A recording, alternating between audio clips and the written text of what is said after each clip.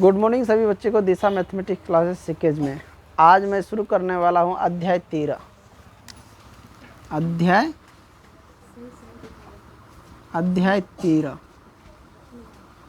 13 में शुरू करने वाला हूं।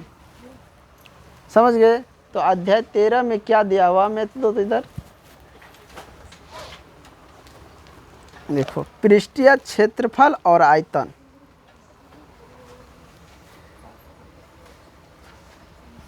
पृष्ठीय क्षेत्रफल और आयतन।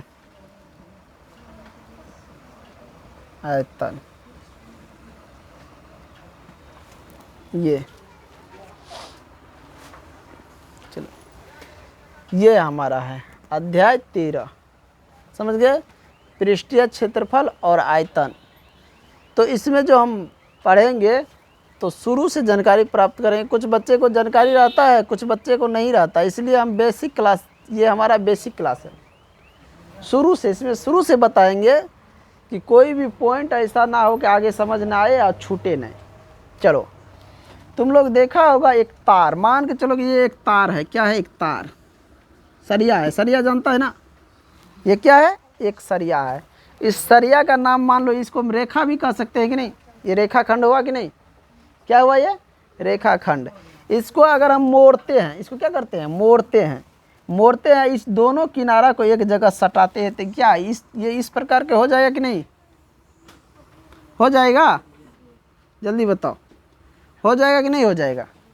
एक रेखा लिए और उसको जब गोलाई में लाए तो ये इस प्रकार गोल हो गया। या मान लो कि ये सरिया जानता है ना, रड छर, उसको जो अगर मोड़ेंगे तो ये गोल हो जाएगी नहीं इस प्रकार से। तो अब बताओ, ये जो गोलाई में आया इसको क्या कहते हैं? इसको क्या कहते हैं? इसको परिधि। क्या कहते हैं? परिधि। क्या कहते हैं रे? परिधि। अब ये जो सरिया, ये जो रड है, ये जितने जगह को घेरा उसको क्या कहते हैं? ये देखो, ये जगह घेरा है ना, ये अंदर में जितना जगह है इसको घेरा है ना, इसको क्या कहते हैं? इसको क्या कहते हैं? क्षेत्रफल। क्या कहते हैं इसको रे? क्षेत्रफल। क्या कहते हैं? क्षेत्रफल। तो समझ गया कि ये जो रेखा है इसको जब गोलाई में लाए तो ये परिधि बन गया। समझ गया? और जितने जगह को घेरा है उसको क्या कहते हैं? क्षेत्रफल। क्या कहते हैं? क्षेत्रफल। चलो ठीक है, अब एक और ले लेते हैं। मान के चलो एक रेखा ले लेते हैं AC। एक रेखा ले लेते हैं AC। एक रेखाखंड AC हमने ले लिए। समझ गए? अब A से C यानी A और C बराबर एक चाप लेंगे और A को केंद्र मानेंगे और चाप को यहाँ से घुमा देंगे। चाप को ऐसे घुमा दिए। चाप को क्या किया? ऐसे घुमा दिए। अब तुम लोग बताओ कि इसे क्या कहते हैं? इसे क्या कहते हैं? ये जो है इसको क्या कहते हैं? इसको केंद्र मानकर हमने घुमा दी, इसको क्या कहते हैं? क्या कहते हैं? त्रिज्या। इसको कहते हैं त्रिज्या। त्रिज्या, रेडियस यानी R। त्रिज्या, रेडियस यानी R, त्रिज्या। अब बताओ, ये जहाँ पे ये जो है ना, यहाँ पे क्या माने थे? केंद्र। तो ये क्या है? क्या? वृत्त का केंद्र। वृत्त का केंद्र। वृत्त का केंद्र। समझ गया? अब ये जो घुमाए हैं तो इस पूरे चित्र को क्या कहते हैं? ये पूरे चित्र को क्या कहते हैं? वृत्त। पूरे चित्र को क्या कहते हैं? पूरे चित्र को वृत्त कहते हैं। क्या कहते हैं? वृत्त कहते हैं। चलो, यहाँ तक सभी समझ गया? कोई दिक्कत नहीं। अब ये बताओ कि ये जो वृत्त है, इस वृत्त में कितने त्रिज्या हो सकते हैं? एक वृत्त में कितने त्रिज्या? अनंत। एक वृत्त में कितने त्रिज्या? अनंत। अनगिनत भी या अनंत भी बोल सकता है, या अनेक भी बोल सकता है। अनेक। समझ में आया? अब ये बताओ, एक वृत्त में अनेक त्रिज्या है एक वृत्त में कितने व्यास, एक वृत्त में, तो व्यास हम किसको कहते हैं, तो मान के चलो कि ये हमारा एक वृत्त है, क्या है, एक वृत्त है। इस वृत्त के अंदर एक बीचों बीच में एक केंद्र है, एक रेखा हम ए लिए, एक रेखा बी लिए, और इसको ए को केंद्र होकर बी में सटा दी, इसको क्या कहते हैं, व्यास। क्या कहते हैं, व्यास। क्या कहते हैं इसको रे, व्यास। तो बताओ कि एक वृत्त में कितने व्यास, एक वृत्त में कितने व्यास, जल्दी बताओ, अनेक। एक वृत्त में अनेक व्यास, अनेक। कैसे, देखो केंद्र से हमको गुजारना है, कहीं भी से उठाओ और केंद्र से होकर मिला दो, कहीं से उठाओ केंद्र से होकर मिला दो, कहीं से उठाओ केंद्र से होकर मिला दो, कहीं से उठाओ केंद्र से होकर अगले आगे मिला दो, ये क्या होगा, अनेक हो गया, व्यास। अब बात करते हैं जीवा की। तो जीवा क्या होता है, देखो एक वृत्त हमने ले लिए और इसके सेंटर ये हैं, और हमने ए और सी यहाँ पे कोई रेखा ले लिए, ए और सी कोई बिंदु ले लिए वृत्त पर, और उस बिंदु को हमने मिला दिए, इसको क्या कहते हैं, इसको क्या कहते हैं, इसी को कहते हैं जीवा। क्या कहते हैं, जीवा। क्या कहते हैं रे, जीवा। कोई बिंदु एफ लिए और जी लिए, इसको क्या कहते हैं, इसको भी बोलते हैं जीवा। समझ गया, कोई बिंदु डी लिए और कोई बिंदु ई लिए, उसको हम केंद्र से होकर मिला दिए, इसको क्या कहते हैं, इसको भी बोला जाता है जीवा। समझ गया। अब तुम बोलोगे कि इसमें ए से केंद्र होकर जो बिंदु गया उसको व्यास, तो इसमें जीवा कैसे कह रहे हैं, यही नहीं बोलोगे। तो देखो, जो जीवा केंद्र से होकर गुजरता है उसे व्यास भी कहते हैं, जो व्यास केंद्र से होकर गुजरता है उसे जीवा भी कहते हैं। दोनों, व्यास को जीवा, जीवा को व्यास, लेकिन केंद्र से होकर गुजरेगा वही जीवा व्यास कहलाएगा, और व्यास वही जो केंद्र होकर गुजरता है तभी तो व्यास कहलाता है। तो वही जीवा है जो केंद्र से होकर गुजरता है, तो क्या कहलाता है, व्यास कहलाता है। समझ गया। व्यास को डी से सूचित करते हैं, व्यास को किससे सूचित करते हैं, डी से। व्यास को किससे सूचित करते हैं रे, डी से। तो व्यास बराबर कितनी त्रिज्याएं, व्यास बराबर 2 त्रिज्याएं, व्यास बराबर 2 त्रिज्या। तो हम लिखेंगे d बराबर 2r। क्या लिखेंगे, d बराबर 2r। ये हमारा सूत्र है। अगर अब पूछ दे कि r बराबर, व्यास बराबर 2 त्रिज्या है, तो r बराबर क्या होगा, तो r देखो, r इधर क्या है, मान के चलो ये d इधर है, ये r इधर है कि नहीं, ये इधर गुना में है, ये 2 तो इधर आ जाएगा तो भाग में। तो चूंकि r बराबर d बट्टा 2, r बराबर व्यास बट्टा 2। समझ में आया, यहाँ तक सभी समझ आ गया। चलो अब इसको हम मिटाते हैं। चलो जल्दी बता तुम लोग, ये क्या है, कितना ही इसमें बहुत ज़्यादा इंक दे दिया था क्या,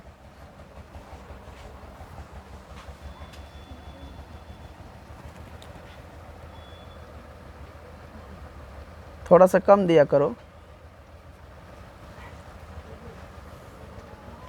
बताओ इसको क्या कहते हैं, ये क्या है हमारा, परिधि। अगर इसमें एक केंद्र दे दिए तो वृत्त, इसको वृत्त भी कह सकते हैं। और ये जो जगह घेरा है इसको क्या कहते हैं, क्या कहते हैं, क्षेत्रफल। जल्दी क्वेश्चन बताओ, एक वृत्त में कितने त्रिज्या, अनेक। एक वृत्त में कितने जीवा, अनंत। एक वृत्त में कितने व्यास, क्या एक रेखा से एक वृत्त बन सकता है, परिधि बन सकता है, बन सकता है। चलो आगे बढ़ते हैं। एक वृत्त की परिधि बराबर क्या होता है, एक वृत्त की परिधि बराबर, एक वृत्त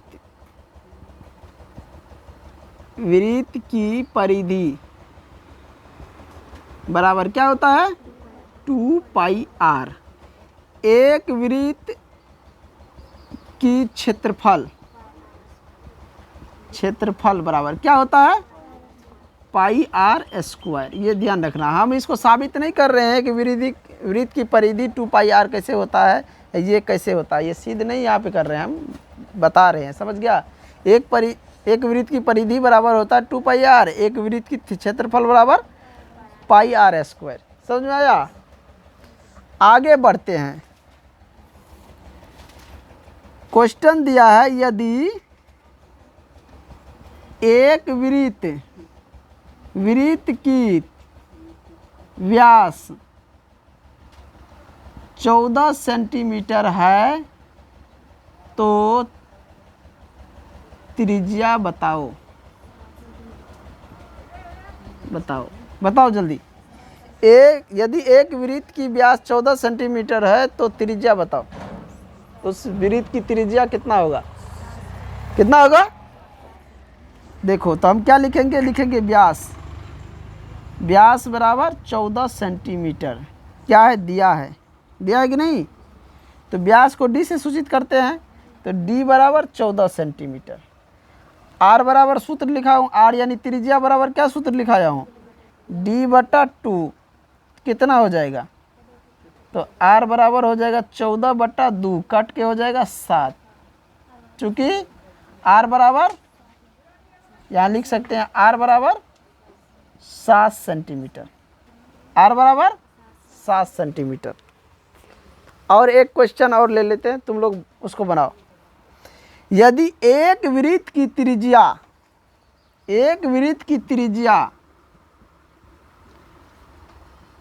28 सेंटीमीटर है तो व्यास बताओ।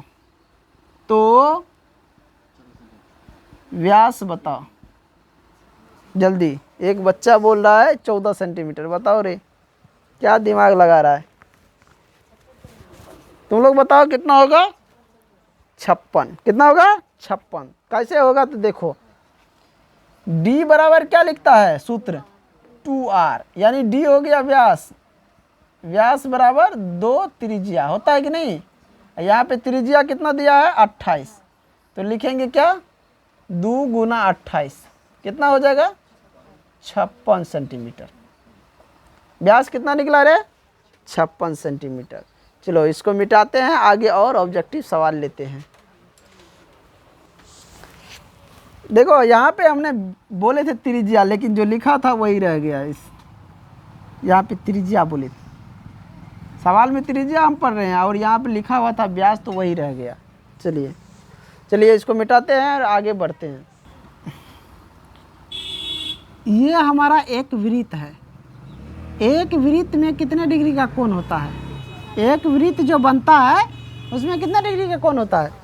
तो देखेगा, तो देखो तुम लोग को चांद होगा ना तुम्हारे पास। देखो, अगर ऊपर देखे तो 180, नीचे देखो तो 180, दोनों मिलकर कितना होता है? 360। तो ये भी एक वृत्त है। तो एक वृत्त जब भी बनता है तो कितने डिग्री का कोण बनता है? एक वृत्त जब भी बनता है तो कितने डिग्री कोण बनता है? 360 डिग्री का। चलो हम एक सवाल पूछते हैं तुम लोग से, जल्दी बताओ। एक वृत्त की परिधि क्या होता है?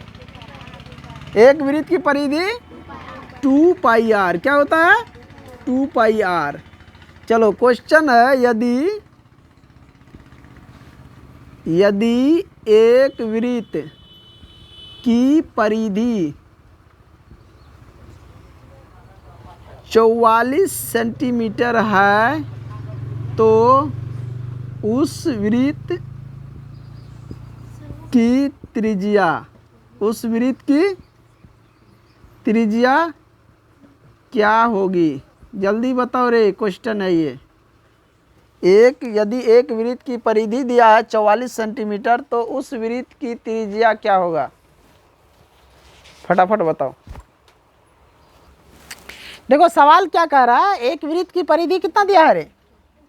44 सेंटीमीटर। तो उस वृत्त की त्रिज्या, तो हम लिखेंगे यहाँ पे परिधि बराबर क्या होता है? परिधि बराबर 2 पाई आर होता है ना, 2 पाई आर। तो हम लिखेंगे परिधि की जगह 44 सेंटीमीटर बराबर 2 गुना पाई का मान 22/7 लेंगे, गुना आर। अब यहाँ पे ध्यान से देखो, देखो यहाँ पे ये गुना में है ना, इधर है कि नहीं, या तो तुम इसको यहाँ पे गुना कर लो थोड़ा। 22 सेंटीमीटर बराबर हो जाएगा 22 दूना 44 बटा 7 गुना आर। चलो अब हम क्या करेंगे, ये इधर गुना में है, इधर लाएंगे तो किस में आएगा, भागा में। ये हो जाएगा 44 बटा 1 का गुना हो जाएगा, कितना हो जाएगा रे, 7 बटे 44 बराबर हो जाएगा आर। 44 44 कट गया तो कितना, 7 बराबर आर, इसलिए आर बराबर 7। अब यहाँ पे समझ में नहीं आ रहा तो फिर से इस पॉइंट को देखो, इसको समझ में नहीं आया जिसको यहाँ पे देखो फिर से 44 सेंटीमीटर, इसको इधर लाएंगे तो भागा में आ जाएगा ना, 44 बटा 7 आएगा कि नहीं, और बराबर हो जाएगा आर, होगा कि नहीं। जब ये भागा में आ गया तो इसको उधर उल्टाएंगे तो गुना में लेंगे तो क्या होगा, भागा में रहेगा तो गुना में जाएगा, या ऐसे भी लिख सकता नहीं, ऐसे भी लिख सकता है, और 44 भागा लिख सकता है ना, 44 बटा 7 लिख सकता है कि नहीं। यहाँ 1 लगा दो, इसको पलट दो, इस तरह पलट दो, पलटने के बाद जो 44 44 कैंसिल हो जा रहा है, 7 बच जाता है। तो इसकी त्रिज्या कितना होगा इस वृत्त की, 7 सेंटीमीटर। कितना होगा, 7 सेंटीमीटर। चलो अगला क्वेश्चन देखो, यदि एक वृत्त की परिधि, एक वृत्त की परिधि 144 सेंटीमीटर है तो उस वृत्त की व्यास कितनी होगी, जल्दी बताओ, उस वृत्त की व्यास कितनी होगी। डी बराबर व्हाट, उस वृत्त की व्यास कितनी होगी, फटाफट बनाओ तेजी से, फटाफट बनाओ तेजी से। क्या क्वेश्चन दिया हुआ है, यहाँ पढ़ो ध्यान से। यदि एक वृत्त की परिधि 144 सेंटीमीटर है तो उस वृत्त की व्यास कितनी होगी, व्यास कितनी होगी। तो हम लिखते हैं परिधि बराबर, क्या लिखते हैं रे, परिधि बराबर 2 पाई आर। परिधि बराबर क्या होता है, यहाँ पे लिखा है 144 बराबर 2 गुना 22 बटा 7 गुना आर। समझ में आया। अब यहाँ पे ध्यान से देखो, 7 इधर क्या है, भागा में है ना, इधर आ जाएगा तो गुना में, तो 7 गुना 144 बराबर क्या हो जाएगा, 2 गुना 22 आर। 2 से अगर हम काटते हैं तो यहाँ पे कितना होता है, 77 72 होता है रे, 72। समझ गया। अब 22 से काटते हैं तो यहाँ पे 11 और यहाँ पे 36,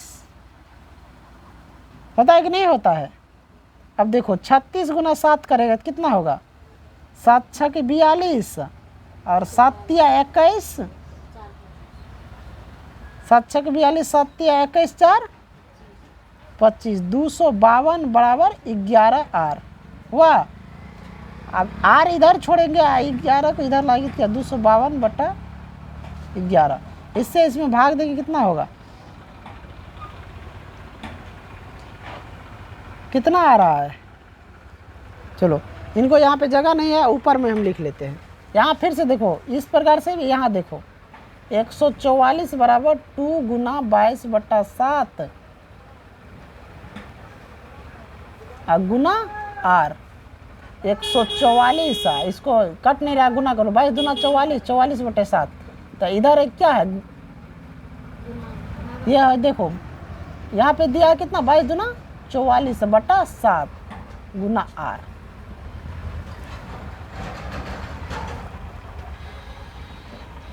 यहाँ पे इस सवाल में भी यहाँ इस तरह से तो मिस्टेक दिख रहा है।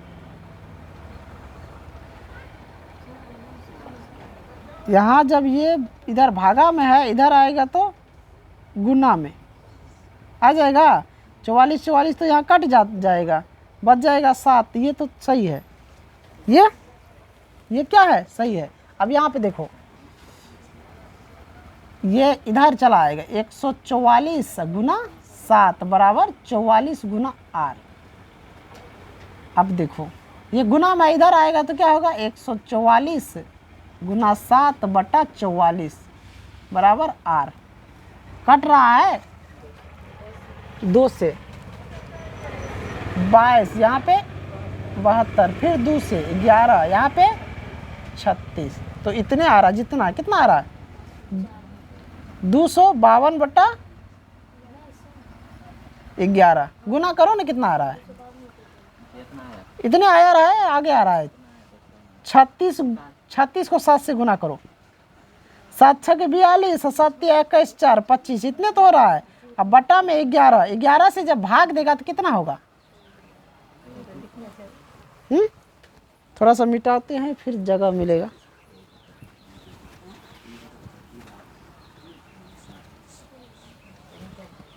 यहाँ पे देखो 252 में 11 से भाग देंगे तो कितना होगा, 2 मरते 22, 3 पे 2 32, 2 मरते 22, 0 1 10, 0.0 11 9 99, 1 0 0 0, तो 9 मरते आ रहा है। तो r बराबर कितना हो जाएगा, r बराबर 22.909, 22.909। बार बार यही संख्या आता रहेगा। r बराबर इतना हो गया, तो d बराबर क्या होगा, लिखेंगे r बराबर d बटा 2। हमको निकालना क्या है, व्यास निकालना है ना, तो लिखेंगे d बराबर 2r। तो d कितना है, d तो मालूम नहीं है, r कितना है 22.90 और गुना 2 ले लो, कितना हो जाएगा रे, 22 दूना 44 1 45, 45 दशमलव कुछ हो जाएगा कि नहीं, गुना कर लेना,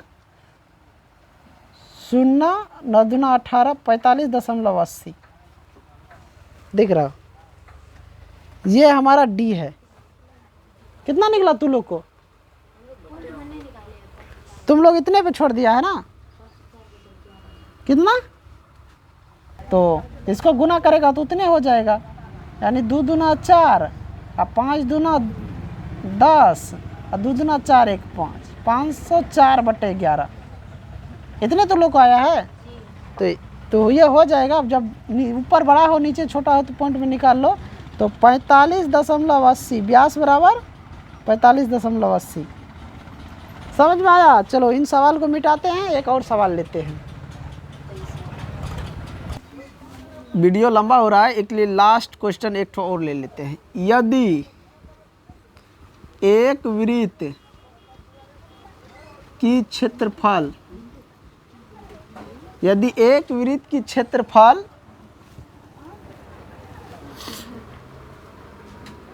56 सेंटीमीटर है, क्षेत्रफल 56 सेंटीमीटर स्क्वायर है, तो उस वृत्त की त्रिज्या क्या होगी? त्रिज्या क्या होगी और त्रिज्या क्या होगी और व्यास भी बताओ, जल्दी करो। एक वृत्त की क्षेत्रफल इतना सेंटीमीटर है तो उस वृत्त की त्रिज्या क्या होगी और साथ में क्या करना है, व्यास भी बताना है। जल्दी बताओ। तुम लोग जानता है ना क्षेत्रफल बराबर क्या होता है? वृत्त की क्षेत्रफल बराबर, बोलो ना रे, पाई आर स्क्वायर। वृत्त की क्षेत्रफल बराबर पाई आर स्क्वायर। वृत्त का क्षेत्रफल कितना दिया है? 56 सेंटीमीटर स्क्वायर। तो 56 बराबर कितना हो जाएगा? 22/7 गुना आर स्क्वायर। अब ध्यान से देखो, 7 इधर भागा, मैं इधर आएगा तो गुना में, ये हो जाएगा 56 गुना 7 बराबर 22 गुना आर स्क्वायर। यहाँ पे कट रहा है, काटो। 11 दूना 22, 28 दूना 56, तो 28 को 7 से गुना कर दो। 8 सत्ते 56, 7 दूना 14 या 5 19, 196 बराबर 11 गुना आर स्क्वायर। ये इधर गुना में इधर आ जाएगा तो भागा में 196/11 बराबर हो जाएगा आर स्क्वायर। समझ गया? अब ध्यान से देखो, आर स्क्वायर बराबर हो गया 196/11, तो आर बराबर इधर से स्क्वायर हटाएंगे तो उधर रूट चढ़ जाएगा 196/11। आर कितना निकला रे? 196/11। तो हम लिखेंगे डी बराबर, अब आर तो निकल गया ना, इतना होता है त्रिज्या, इतना है। अब हम क्या करेंगे? व्यास, तो डी बराबर 2r, तो 2 गुना अंडर रूट 196/11, अंडर रूट 196/11। इसको रूट से बाहर निकाल सकता है, तो यहाँ भी निकल सकता है, यहाँ भी निकल सकता है। समझ में आया? चलो अब हम क्या इसको लिख सकते हैं, डी बराबर 2 रूट 196/11 ऐसे लिख सकते हैं। और इसको मतलब रूट के बाहर भी निकाल सकता है। इसी पे एक सवाल और ले लेते हैं कि मान लो कि यदि एक वृत्त की क्षेत्रफल दिया है 128, क्षेत्रफल 128 सेंटीमीटर स्क्वायर है, तो उस वृत्त की त्रिज्या क्या होगा? जल्दी बताओ, जल्दी बताओ। इसी पर हमने एक सवाल दे दिए हैं कि एक वृत्त की क्षेत्रफल 128 सेंटीमीटर स्क्वायर है, तो उस वृत्त की त्रिज्या और व्यास बताओ। तो देखो, क्षेत्रफल की जगह यहाँ कितना लिखेंगे? 128। कितना? 128। चलो यहाँ मिटा देते हैं। इसको और भी काट के कर सकता है, यहाँ पे काटेगा तो ये हो जाएगा d बराबर 28/√11।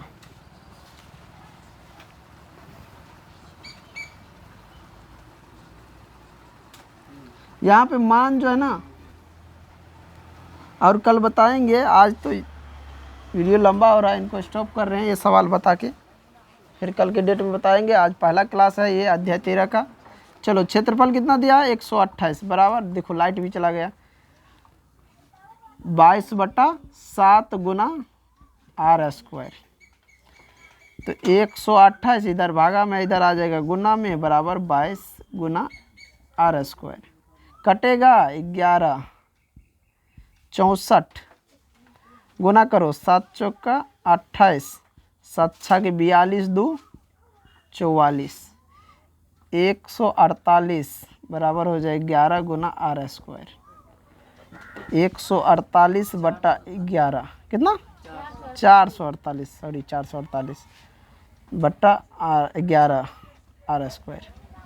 इधर ले लो, तो आर स्क्वायर बराबर हो गया 448/11।